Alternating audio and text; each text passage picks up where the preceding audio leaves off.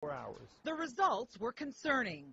Every single product here put out an amount of bisphenol A that would be in the danger zone. The highest levels measured in micrograms were found in cans of Hunt's tomato sauce, followed by Red Pack, Del Monte peas, the Starkist tuna, and the Rubbermaid plastic container. This is a chemical that can alter the way your cells function at below a trillionth of a gram.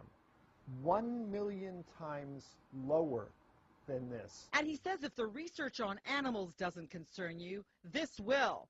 Dr. Vamsal says when he places bisphenol A leached water into a test tube with breast cancer cells, the cancer cells multiply rapidly. These amounts would massively stimulate these cells.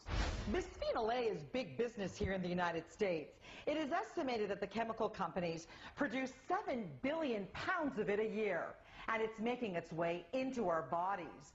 According to the CDC, 95% of Americans have detectable levels of bisphenol A in their urine.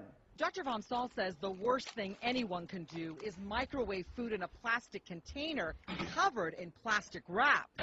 Stop doing that immediately. The hotter a product becomes, the greater the amount of bisphenol A that will come out of it. We need to have a balanced presentations about chemicals in the environment. Sharon Knies is vice president of the American Chemistry Council, a trade organization that represents the chemical companies. She says bisphenol A is safe to use.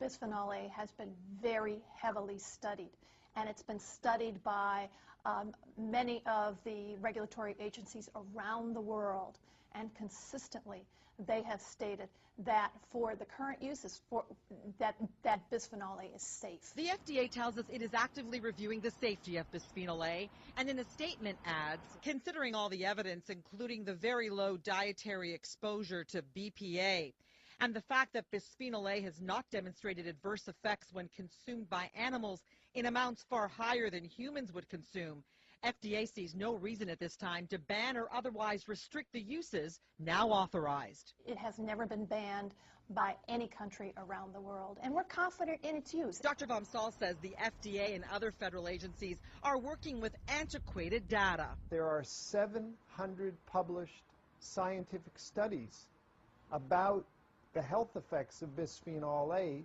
that the FDA has never gotten around to looking at. We contacted the parent companies for the products we tested, and in individual statements, the companies reiterated that bisphenol A is used in their products because it has been deemed safe and it is approved by the FDA.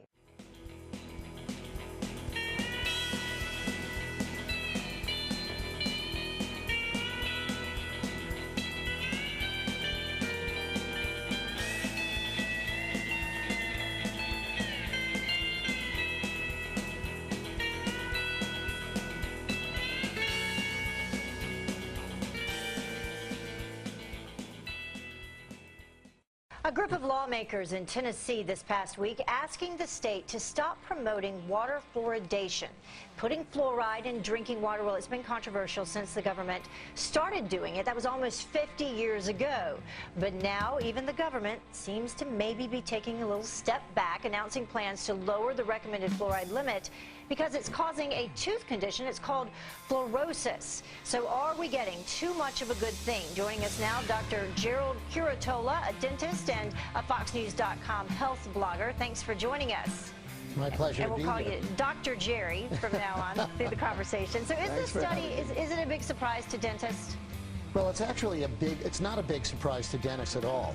Dentists have been seeing this condition called fluorosis, and it's affecting, this is the amazing statistic, 41% of adolescents aged 12 to 15 have some form of fluorosis defects on their teeth. And this, ironically, makes the enamel of the teeth weaker, not stronger, as fluorosis affects hardness and makes them more prone to cavities, which fluoride was really, in the beginning, there to prevent. So let's take a look at some pictures. We have some pictures that some of our viewers may find just a little bit disturbing, but what are we looking at? Well, this would be considered a condition. The first picture was mild fluorosis. This is more severe fluorosis. And so you could see that the edges, the incisal edges of the teeth are decaying and defective, and it really is a condition which causes not just a cosmetic defect, but a defect to the hardness of the teeth and the health of the teeth. I was going to ask you the next question. I mean, what are some of the other risks associated with that? Well, you know, I like to say if this is what we can see the effects of fluoride on the outside, you know, we start to question what the effects of fluoride are inside the body. Right. So dentists have known a long time. I've been seeing just this past Friday, I saw a patient, a beautiful young woman, beautiful teeth, from Santa Maria, California. I know that grew up in a fluoridated community, and she has beautiful teeth, but these very severe white spots on the edge of her teeth.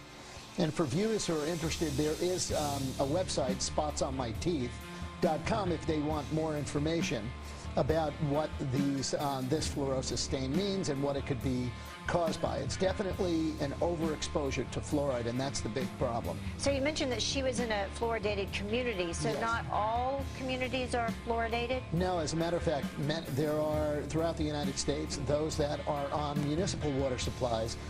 Most of those have converted to fluoridation over the years. But right now, you know, dentists and dental researchers are really starting to take a closer look at this fluoride experiment of the last 50 years. And the research that's emerging is drawing increasing concern, which is why legislators in Tennessee and other places like Calgary are calling to end and ban fluoridation altogether. But what if you're already in one of those communities and you already are exposed to fluoridated water? What are your options? Well, the CDC bottled water, filtered water, but the CDC has already recommended that fluoride be removed from baby water, and Gerber was one of the companies to actually make formulas without fluoride in them. The interesting thing again about fluoride is, you know, it's been this sacred cow as the answer to all dental problems. You know, mainly, you know, we're going to eradicate decay. And we have fluoridated communities and non-fluoridated communities that, some non-fluoridated communities that have less decay than fluoridated communities. So we really need to take a closer look at that, and some legislators are even calling for fluoride gate hearings because there's conflicting information that's coming from the CDC. So do you need fluoride in your toothpaste?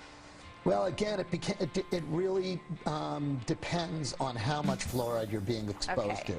So the really biggest problem of all of this is how do you know how much you're getting? And we used to think it was too much of a good thing, and now there are increasing numbers of dentists that are wondering if this was a good thing at all.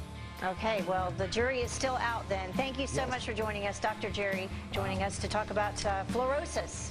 Good stuff. Who knew? Is there such a thing as non-fluoridated toothpaste? I Yes, never, there is. Really? Yes, there is. Because every time I go to the grocery store, fluoride. Well, they have this baking invented one. soda. Oh, you did? Both of you. Oh, that's great. Actually, I use a homeopathic form of fluoride that uses fluoride minerals without the toxicity of the chemical fluoride. All right, good stuff. A lot of people don't realize because fluoride's in toothpaste, they put a poison warning. Yeah, we learned something today. All right. Yeah, I was going to say Santa Marina, but you were from San Marino, California. San Marino. Right. But it was fluoridated Santa Maria. back in the 50s and the 60s. Yeah. Absolutely. Thanks, guys. Thanks so much. Thanks. Great to see you.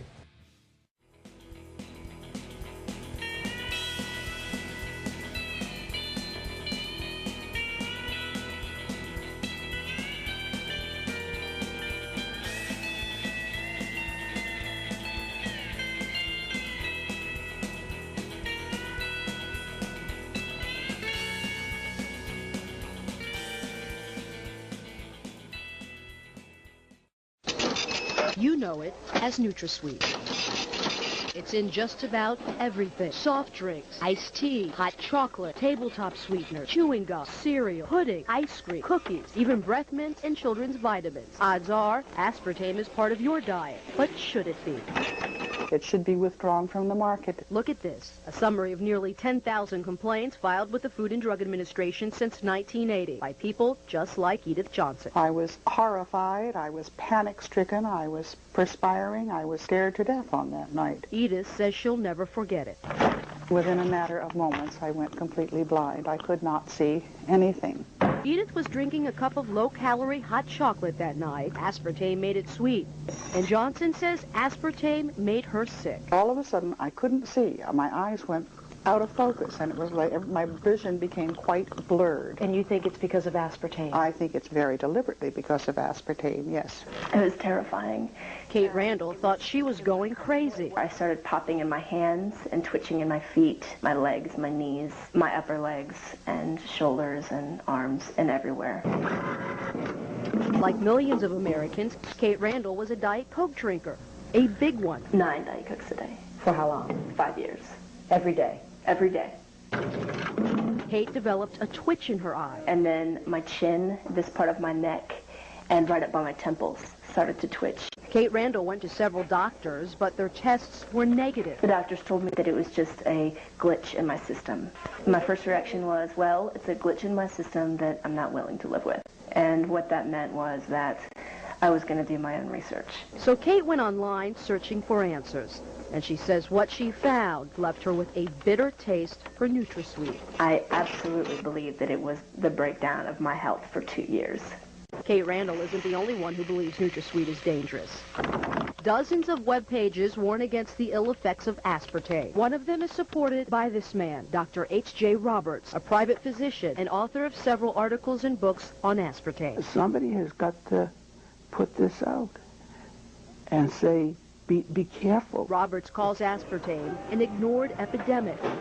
The internist says he's treated patients who suffered severe side effects from America's favorite artificial sweetener. The bottom line is that I have over 1,300 in my own database that people have had terrible reactions to products containing aspartame. Dr. Olney, do you think that aspartame should be on the market today? No. Why not?